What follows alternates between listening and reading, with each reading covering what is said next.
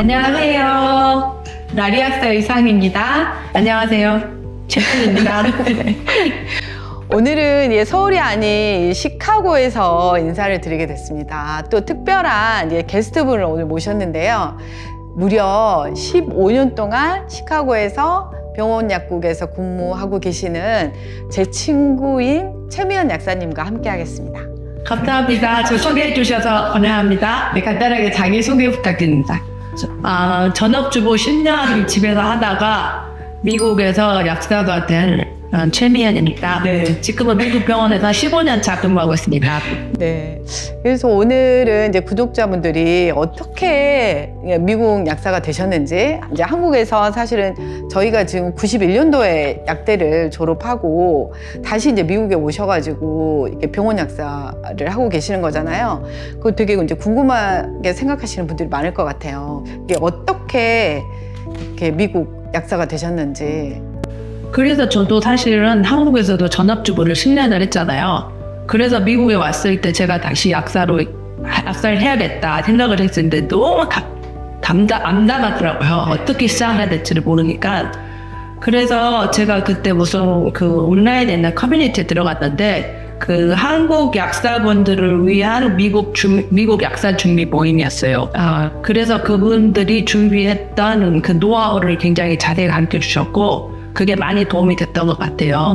그래서 제가 너무 그 고생을 했기 때문에 그걸 준비하시는 분들이 얼마나 힘들지, 정말 누군가가 나에게 그걸 하나하나씩 가르쳐 줬으면 내가 훨씬 쉬웠을 텐데 그 생각이 많이 들더라고요. 그래서 정말 혹시라도 미국 약사를 준비하신 분이 계시다면 저에게 연락을 주시면 제가 기꺼이 도와드릴 준비인데, 네. 아무튼 준비하는 과정은 처음에는 한국에서 약대를 졸업했느냐를 테스트하는 이퀴벌런트 테스트였어요. 첫 번째 그래서 Foreign Pharmacist Graduate Equivalent exam일 때 그걸 통과하고 나면 그 다음 테스트가 영어 시험이죠. 그래서 TOEFL은 미국에서 전문인으로 일하는 사람들이 많이 준비를 하는 시험이거든요.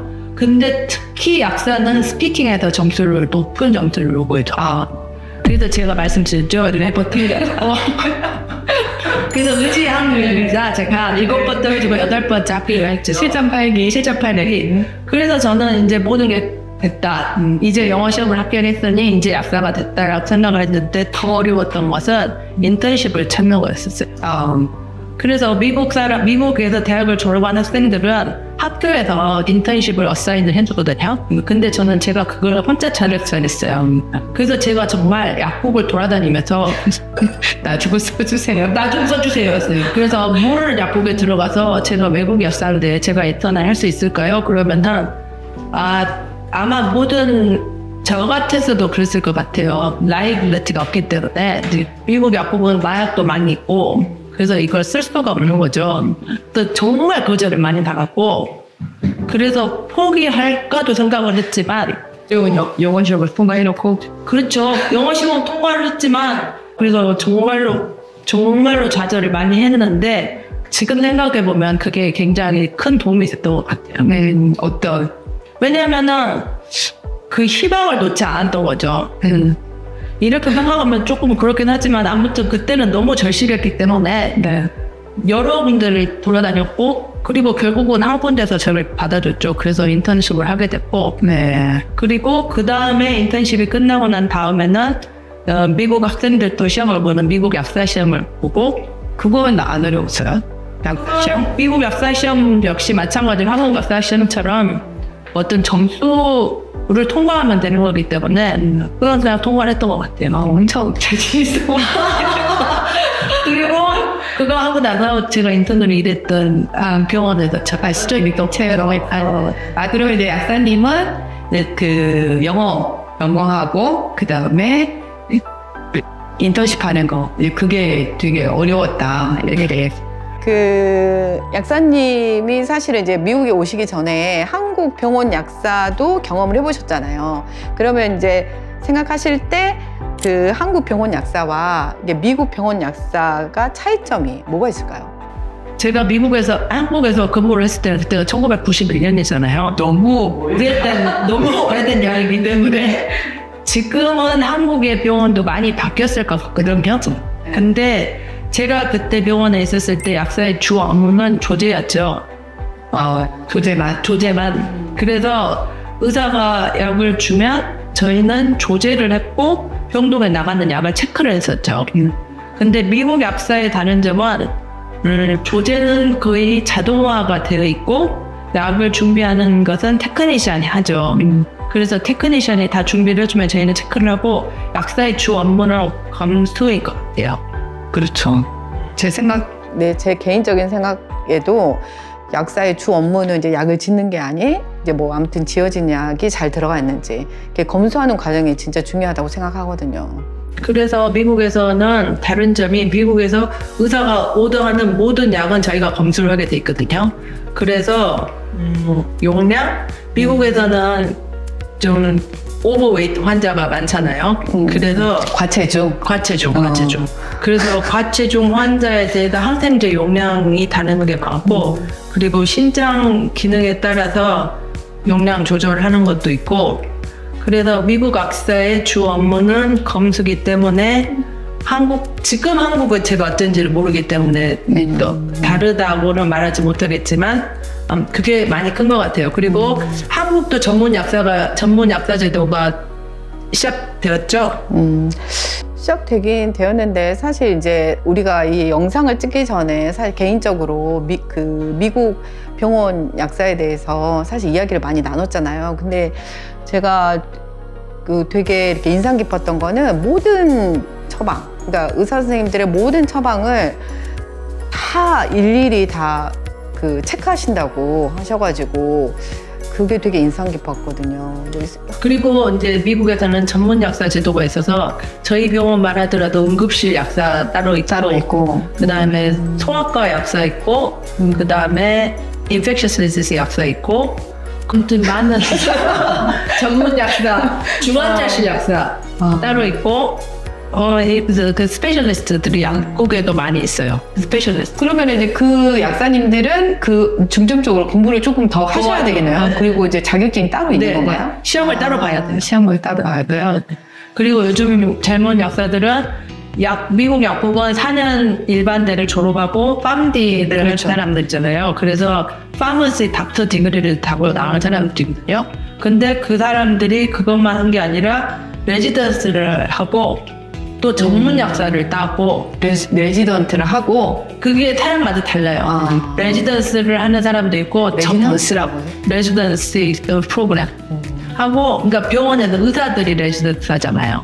그렇죠. 근데 한국에서 이제 레지던트라고 하니까 똑같은 이야기. 그러니까 R1, R2까지 보통 R1, R2 2년 팜디를 하고 그리고 병원에서 그냥 팜디로 약사 스텝으로 일을 하다가 다시 스페셜리스트 따고 더 공부하는 사람도 있고 더 전문직으로 나가는 엄청 그러니까 되게 세분화되어 있는 것 같아요. 세분화되어 있어요. 지금 한국 병원 약사님들보다. 그러면 이제 약사님이 이제 병원 약사로 근무하면서 나 되게 보람 있었다 이런 에피소드 혹시 있으시면? 사실 병원에서는 환자를 만날 일이 거의 없거든요. 사실 그래서 제가 병원 약사를 좋아하는 거기도 하고 왜냐면은 힘든 사람들이 병원에서 아무튼 환자를 대하는 게 굉장히 힘든 일인데 어느 날은 병원에서 전화가 온 거예요. 그래서 거기 한국 약사 있지 않냐? 한국 약사 좀 올라오게 해달라. 그래서 제가 올라갔더니 한국 할머니가 오셨는데 한국에서 쓰시던 약병을 갖고 오셨더라고요.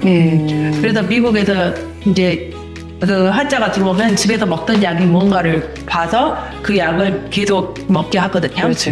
근데 이 할머니가 영어를 하나도 못하시고 보호자가 그때 아마 없으셨던가 잘 모르겠어요. 혼자 오셨는데 약병만 있고 한국에 영어 하나도 못하시고 한국말을 읽을 수 있는 사람도 없었고 구글 트랜슬레이터가 있었던 것도 아니고 그래서 제가 이제 그 할머니한테 이제 설명해드리고 그리고 약도 제가 다 봐드리고 간호사들한테 설명을 해주고 그래서 그 할머니가 되게 저를 좋아하셨고 그리고 저도 미국에 있는 한국 약사로서 되게 참 기뻤던 것 같아요. 그래서 환자를 보통 보는 걸 싫어하는데 그때는 되게 좀 기쁘고 보람이 됐다. 약사님 지금 근무하시는 병원 이름이 뭐예요?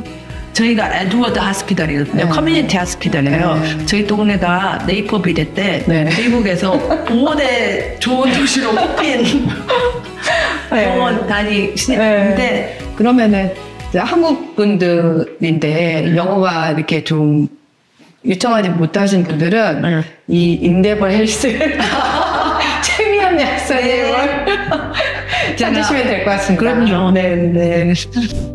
그러면 이제 반대로 내가 진짜 너무 힘들다 병원 약사를 하면서 이런 점은 진짜 힘들었다 이런 거 있으신가요? 너무 힘든 건 뭐냐면 영어인 것 같아요.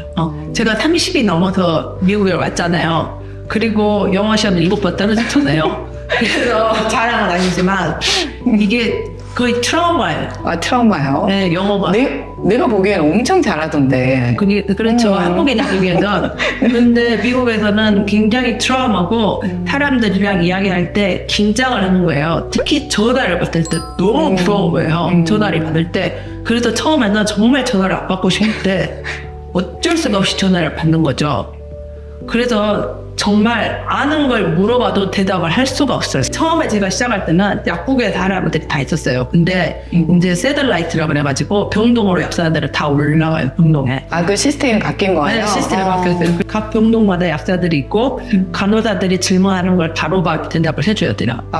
우리는 한국은 아직 그 약사님들 그 조제실 거기에 딱 모여 있어요. 그건 모르겠어요.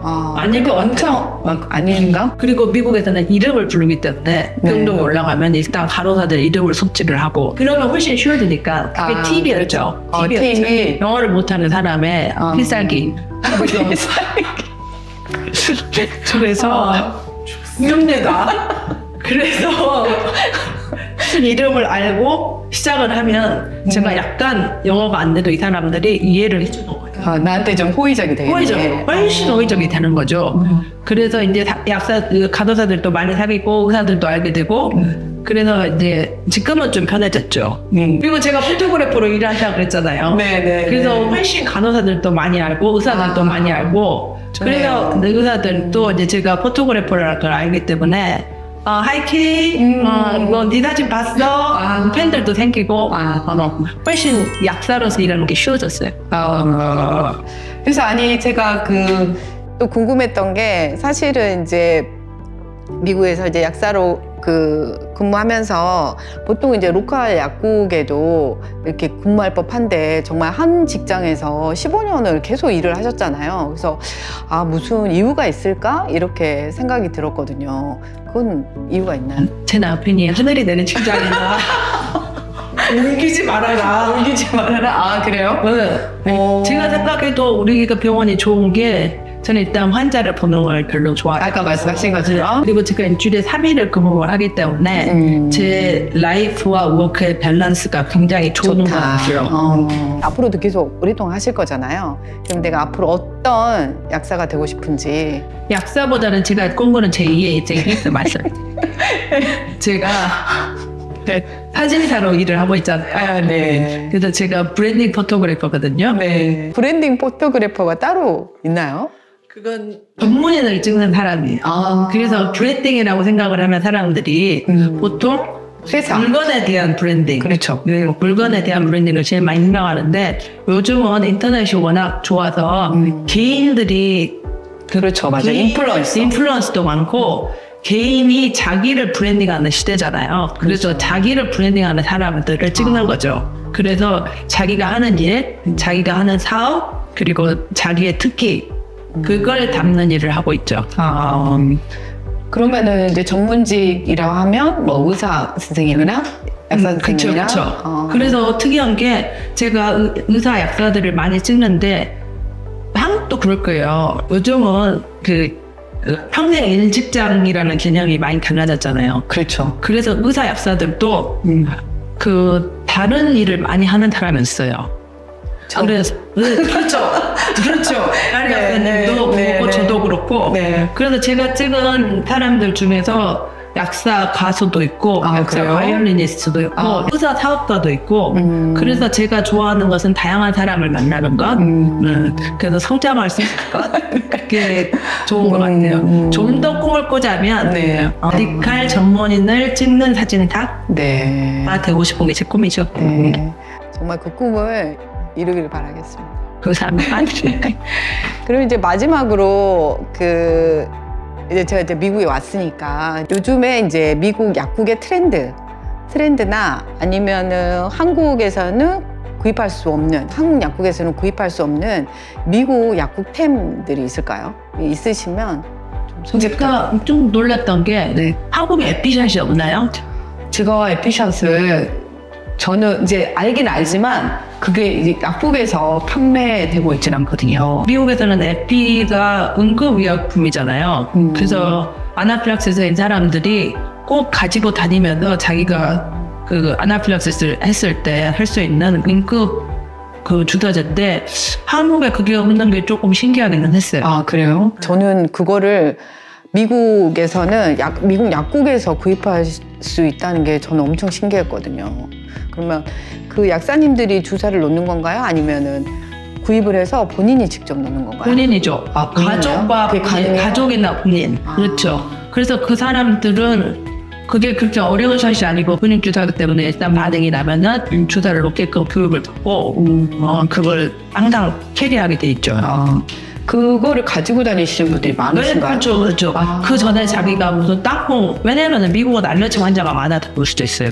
그래서 딱콩 아나필락시스가 있다. 그럼 몰라서 첫 번째는 응급실에 갔는데 이제 이 사람이 이것에 대해서 아나필락시스가 있다. 그러면은 그 사람은 그걸 가지고 다니다가 혹시 그런 알레르기에 노출이 됐을 때 그 반응이 일어나면 바로 자기가 주사를 줘. 아니 그 한국은 만약에 내가 무슨 뭐에 대해서 알러지가 있다, 알러지가 잘 생긴다 그러면은 이제 하이스타민제나 이런 거 이제 필로 된 거, 정제로 된 거 이제 휴대하고 다니면서 이제 응급실 이제 먹기도 하지만 이제 그걸로 사실 안 되는 경우가 있거든요. 그러면은 이제 응급실을 가거나 이제 그러는데 미국에서는 1차적으로 좀 대응을 할 수 있나요? 그렇죠. 근데 아나필락시스는 그런 알러지 반응보다 훨씬 크죠. 반응이기 때문에 우리는 무서워서 일단 병원 가요. 그렇죠. 한국은 의료 제도가 너무 잘 돼 있기 때문에 가깝게 응급실에 들어가기도 쉽고 여기는 응급실이 너무 비싸기 때문에 그렇게 쉽게 갈 수가 없죠. 병원이 너무 비싸서. 그래서 제가 제 아들한테 대학을 갔을 때 또 응급실 같이 너 정말 응급하지 않으면 응급실을 가지면 안 된다라고 교육을 했죠. 아, 그래요? 네. 아무래도 이제 좀 자부심이 있어요. 저도 이제 한국 의료 시스템에 대해서 그렇죠. 좀 탄탄하게 자리 잡아 가고 있는 과정이라고 생각해요. 오늘은 이제 시카고에서 15년 정도 병원 약사를 하고 계시는 최미연 약사님과 여러 가지 이야기를 나눠봤는데요. 도움이 되셨는지 모르겠습니다. 도움이 되셨다면 구독, 좋아요 부탁드리겠습니다. 감사합니다. Mission